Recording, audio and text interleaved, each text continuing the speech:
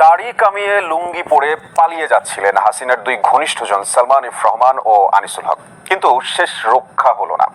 পালিয়ে যাওয়া শেখ হাসিনার বিনিয়োগ উপদেষ্টা এবং সাবেক আইনমন্ত্রী আনিসুল হককে সদরঘাট এলাকা থেকে গ্রেফতার করেছে পুলিশ। ক্ষমতাচ্যুত প্রধানমন্ত্রী হাসিনা সরকারের দুর্দণ্ড প্রতাপশালী উপদেষ্টা সালমান এফ রহমানের বিরুদ্ধে শেয়ার বাজার কেলেঙ্কারি সহ বিভিন্ন আর্থিক দুর্নীতির অভিযোগ রয়েছে।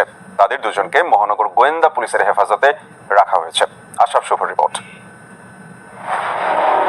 5 আগস্ট ছাত্র জনতার আন্দোলনের মুখে দেশ ত্যাগ করেন প্রধানমন্ত্রী শেখ হাসিনা। এরপর থেকে মন্ত্রিপরিষদ সদস্য ও আওয়ামী লীগ নেতারা আত্মগোপনে চলে যান।